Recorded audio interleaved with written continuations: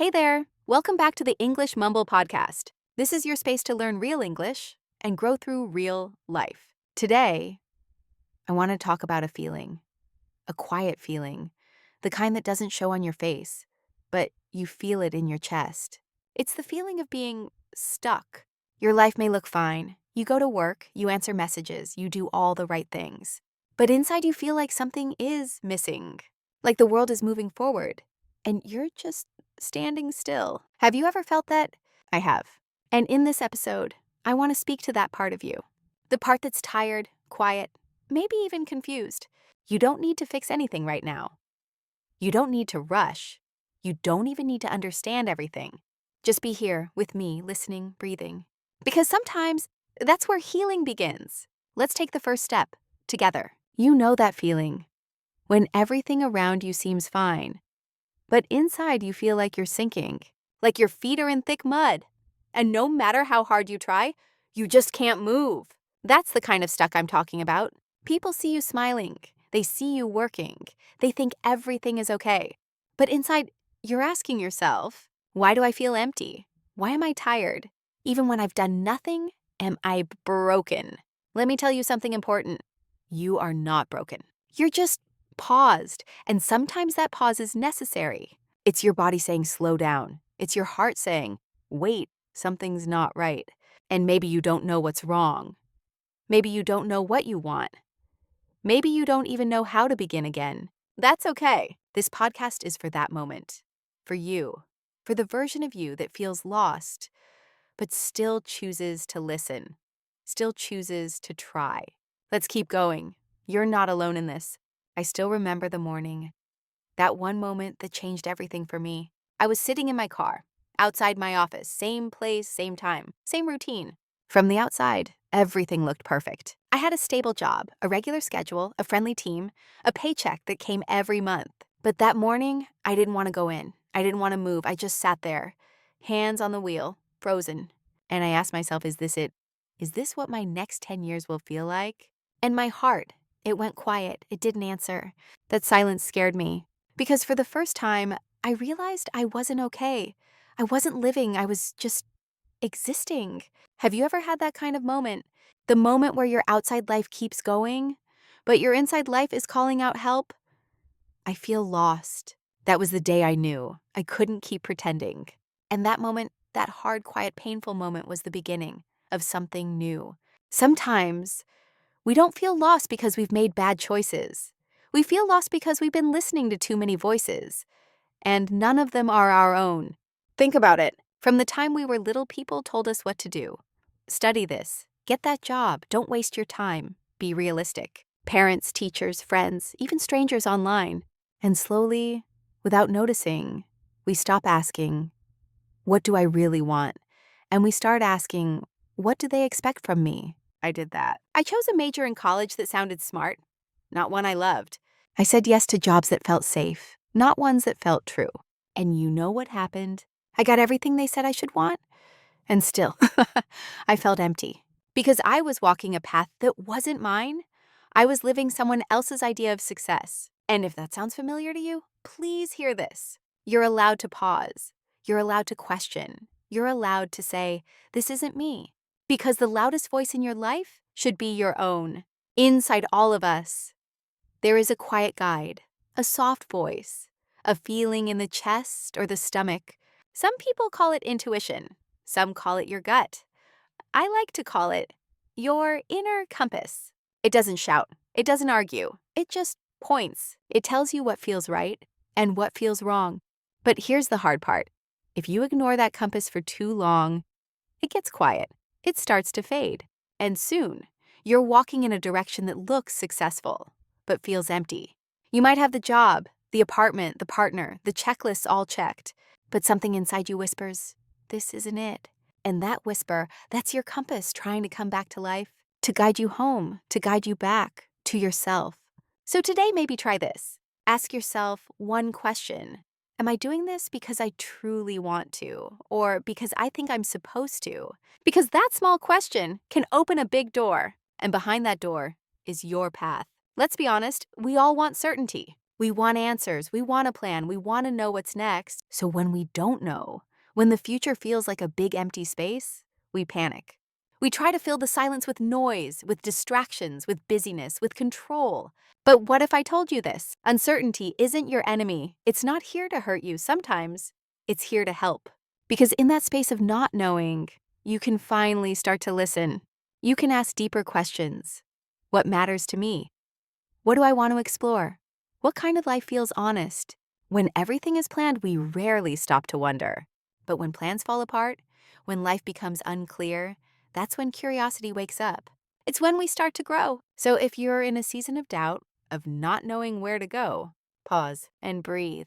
Because even though it feels uncomfortable, this space of not knowing may be the space where you finally find you. There was a moment when I knew I had to walk away, not from a person, not from a dream, but from a life that no longer felt like mine. I left my job, no new offer, no clear next step, no safety net. Just this strong, uncomfortable, unexplainable feeling that said, this isn't the place for you anymore. People thought I was crazy. Some smiled politely, others gave advice I didn't ask for. Even I doubted myself. What am I doing? Why would I give up something stable? But deep inside, I felt lighter, like I had finally stopped lying to myself. The weeks that followed weren't easy. There was fear. There was silence. There were moments I cried. But there was also room to breathe, room to sleep, room to think. I walked, I read, I sat in cafes and watched the rain. And slowly, in the middle of that space, something new began. Not success, not fame, just me coming back to life. We don't often talk about this, but sometimes doing nothing is the most powerful thing you can do. When I left that job, I didn't jump into another one. I didn't rush into a new plan. I rested. I let the stillness speak to me. At first, it was uncomfortable. I felt guilty, lazy, like I was falling behind while everyone else kept moving. But slowly, the noise in my head got quieter, and something deeper came to the surface. I started to notice things again. The sound of birds, the way light changed through the trees, the taste of morning tea. And inside me, I started to ask softer questions. What brings me peace? What have I been ignoring? I wasn't chasing productivity. I was reconnecting with presence. And that stillness became a gift. A space where I could remember who I was. Before the deadlines, before the pressure, before the world told me who to be. So if your life feels quiet right now, if things are uncertain, maybe that's not a problem. Maybe it's a pause before the shift. When life feels loud, we often look outward. We scroll, we ask for advice, we compare ourselves to others. What are they doing? Am I behind? But real change doesn't start by looking out. It starts by looking in, not at your resume, not at your to-do list, not at your social feed, but at your heart. Ask yourself, what do I truly care about? What makes me feel alive? What have I forgotten about myself? This isn't about big life goals. It's not about chasing dreams just yet. It's about returning to your center, to the part of you that knows what matters, even if it's been silent for a while. For me, that meant writing again. Not for work, not for school, just writing for me. It meant calling old friends, laughing without a reason, letting the day be slow. And slowly, that lost feeling began to shift. I wasn't lost. I was just disconnected from myself. And maybe that's true for you too. Here's a question that changed my life. What are the 3 things I truly care about? Not what sounds good, not what impresses others, not what you should say. Just 3 quiet truths from your heart. For me, it was connection, creativity, peace. Not fame, not money, not looking perfect. And once I got honest with myself, I realized something painful. I had been living in a way that went against all of them. I was surrounded by noise, but had no real connection. I was working hard, but never creating anything for joy. I was always busy, but never felt peaceful. No wonder I felt lost. So now I ask you, what are your 3? What do you care about, even when no one's watching?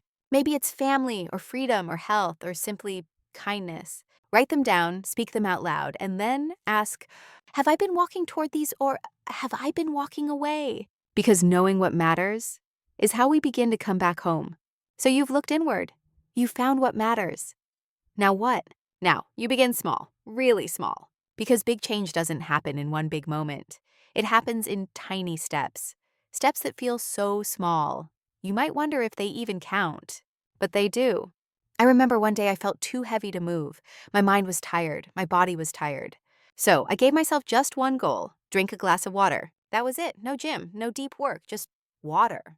And when I did it, I felt a little spark, a soft voice that whispered, "See, you're moving."